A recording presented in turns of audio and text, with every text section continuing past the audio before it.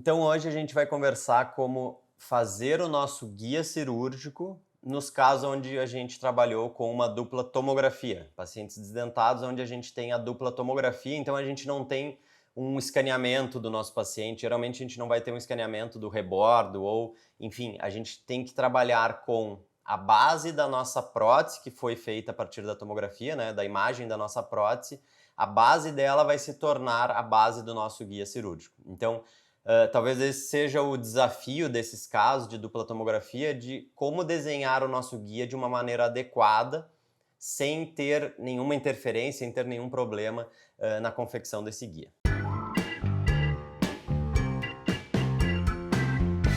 Então, seguindo o nosso caso de dupla tomografia, onde nós fizemos a importação, nós fizemos o planejamento, o posicionamento dos nossos implantes, a gente vai fazer agora a confecção do nosso guia. Então aqui dentro da nossa sequência, dentro do CoDiagnósticos, essa opção 7 seria justamente para a gente desenhar o nosso guia. A gente tem as duas segmentações que foram importadas. Essa primeira seria dos pontos em guta e essa segunda a da nossa prótese. Aqui à esquerda nós temos a opção de use o lado inferior do duplo escaneamento. E nós percebemos que nós temos algumas falhas no nosso duplo escaneamento. A gente pode seguir assim? Pode. Qual que é o nosso problema? Eu vou mostrar isso para vocês. Então a gente seleciona uma vista bem oclusal, a gente dá a sequência e a gente vai perceber que o modelo gerado a partir dessa base, ele vai ter várias interferências, ele tem vários problemas. Se nós vamos fazer a sequência, se nós vamos fazer o nosso guia dessa maneira, não é problema caso a gente vai importar, a gente vai copiar o desenho da nossa prótese no nosso guia. Mas, se a gente dá a sequência dessa maneira, às vezes a gente tem uma dificuldade um pouco maior na nossa sequência cirúrgica. Então eu vou mostrar um passo a passo de como eu prefiro dar sequência nesses casos para facilitar esse tipo de trabalho. Então a gente vai editar a malha da nossa segmentação, da nossa prótese. Eu gosto de sempre começar reparando a malha, então ele vai tirar qualquer imperfeição que exista. A gente consegue aqui detectar as partes e deletar todas menos a maior. Então isso também vai ajudando a limpar a nossa malha. Depois, eu gosto de deixar ela mais lisa, então ela vai dar uma trabalhada na nossa malha. E a gente percebe que é justamente aqui nessa porção inferior que nós temos algumas interferências. Claro que é importante a gente corrigir elas, tendo cuidado de não fazer nenhum acréscimo ou redução do tamanho dessa malha, porque isso vai interferir na nossa adaptação. Então, algumas maneiras que nós temos, e uma maneira inicial é remover esses dentes, que eles podem interferir também na nossa confecção. Eu gosto de desenhar essa linha marginal. Eu vou selecionar essa linha envolvendo todos os dentes e parte da porção lingual deles e da prótese também. A gente avalia se ela segue um delineamento adequado, se ela não está com muitas marcas, né? Muitas marcas agudas assim.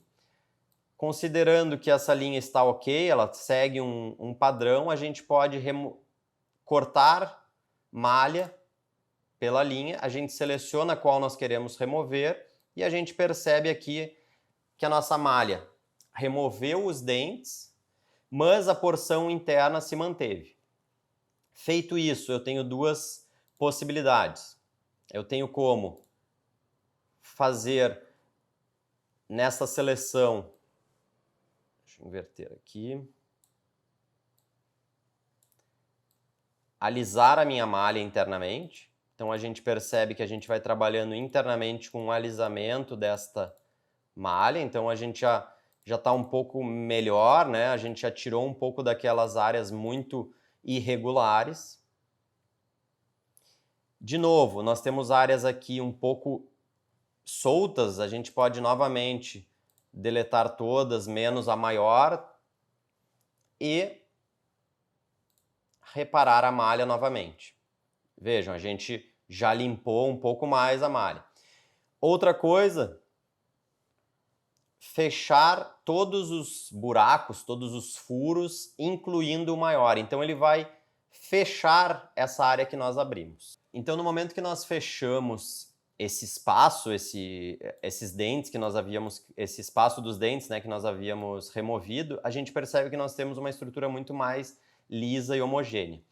Eu acho interessante sempre também alisar nesse local smoothing esta área dos pontos em guta. Isso vocês vão perceber que vai facilitar bastante lá no momento da confecção do guia. E a gente está com uma malha muito mais lisa, muito mais uniforme. Eu salvo como uma cópia, justamente para não perder a outra, e nós temos aqui abaixo, nas segmentações, nas digitalizações, na verdade, nesses modelos importados, a cópia da nossa prótese, sem dentes e com toda ela uma área mais uniforme. Voltamos para o desenho do nosso guia. Eu vou abrir agora esta cópia que eu fiz, não renomeei, mas eu vou abrir esta cópia. Passo para o seguinte, novamente, use o lado inferior do escaneamento e olhem a diferença.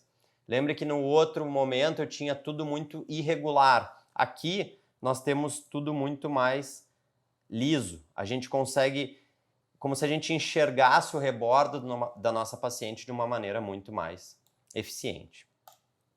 Selecionado aquela vista oclusal, nós vamos dar sequência dentro do software com o desenho do nosso guia. Então a gente percebe que nós temos uma distância entre a área da nossa anilha e o nosso rebordo. Eu gosto de trabalhar aqui aumentando, chegando com essas áreas de uma porção muito mais próxima, então aumento todos eles em altura e passo para o seguinte. Desvio e espessura de parede é uma questão muito variável de acordo com o desvio, principalmente a nossa impressora, vai muito da calibragem da nossa impressora, e a espessura da parede de acordo com a seleção. Eu gosto de trabalhar espessura de parede 2,5 mm e o desvio na nossa impressora a gente trabalha com 0,10, mas isso, como eu disse, varia bastante. E ele vai criar um guia basicamente com os 4 implantes. Claro, eu tenho aqui que ainda pensar no nosso pino de fixação, mas não vai interferir em nada essa nossa sequência. O que é importante? Adicionar objeto e eu seleciono aquela imagem que a gente trabalhou. Eu vou dar sequência aqui para a gente ver como esse seria o meu guia final, como eu gosto de trabalhar com o meu guia, porque eu tenho a minha adaptação interna perfeita e eu tenho a emergência das minhas anilhas de uma maneira muito adequada para a minha sequência de fresagem. Voltando aqui, se por acaso eu estivesse trabalhando com a minha prótese inteira, como eu havia comentado lá no início, aqui, olhem como a gente teria uma dificuldade no momento da cirurgia. Por quê? A minha anilha está profunda lá dentro e o meu guia teria essas áreas que impediriam o meu contra-ângulo de chegar na minha anilha e, consequentemente, fazer uma fresagem adequada. Então, muitas vezes eu teria que fazer um desgaste manual ou em algum software, ou aqui mesmo dentro desse software, mas eu teria que trabalhar essa imagem novamente para fazer esse tipo de trabalho. Isso aqui é muito interessante se, por exemplo, eu quero fazer um guia para cirurgia, eu utilizo aquele onde eu trabalhei, onde ele está todo liso, mais baixo, e um segundo guia para, por exemplo, um guia multifuncional. Eu posso fazer a captura dos transferentes com esse segundo guia, que seria esse que está aqui na imagem, e um registro de mordida. Então, muitas vezes, em caso de cirurgia guiada, o que a gente faz? 2 guias. Um guia cirúrgico, ele mais baixo, sem dentes, todo liso, e um segundo guia onde nós temos o formato dos dentes justamente para fazer a captura. Então nós temos uma moldagem muito melhor, muito mais eficiente, uma moldagem aberta, muito mais fácil de ser feita a sua sequência, e um registro de mordida muito mais tranquilo. Porque eu tenho a cópia da prótese do meu paciente. Então eu consigo, em cima desta prótese, desta réplica da prótese, fazer o registro e mandar tudo isso para o laboratório, simulando ou sendo um guia multifuncional. Então isso facilita muito o meu processo pós-cirúrgico, né, de finalização cirúrgica. Então, dentro da confecção do guia, ou do desenho do guia cirúrgico em casos de dupla tomografia, eu acredito que essa maneira seja mais eficiente, a mais prática, onde a gente trabalha com 2 guias basicamente cirúrgicos, ou eu quero trabalhar com apenas um, com a redução dos dentes, com o trabalho da imagem daquela tomografia, né? Eu vou trabalhar a segmentação, tirando todas aquelas imperfeições, para daí sim desenhar o guia de uma maneira adequada.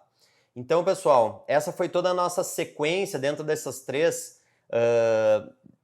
aulas, três vídeos, onde a gente mostra importando, planejando e, por fim, fazendo o desenho do nosso guia cirúrgico em casos de dupla tomografia.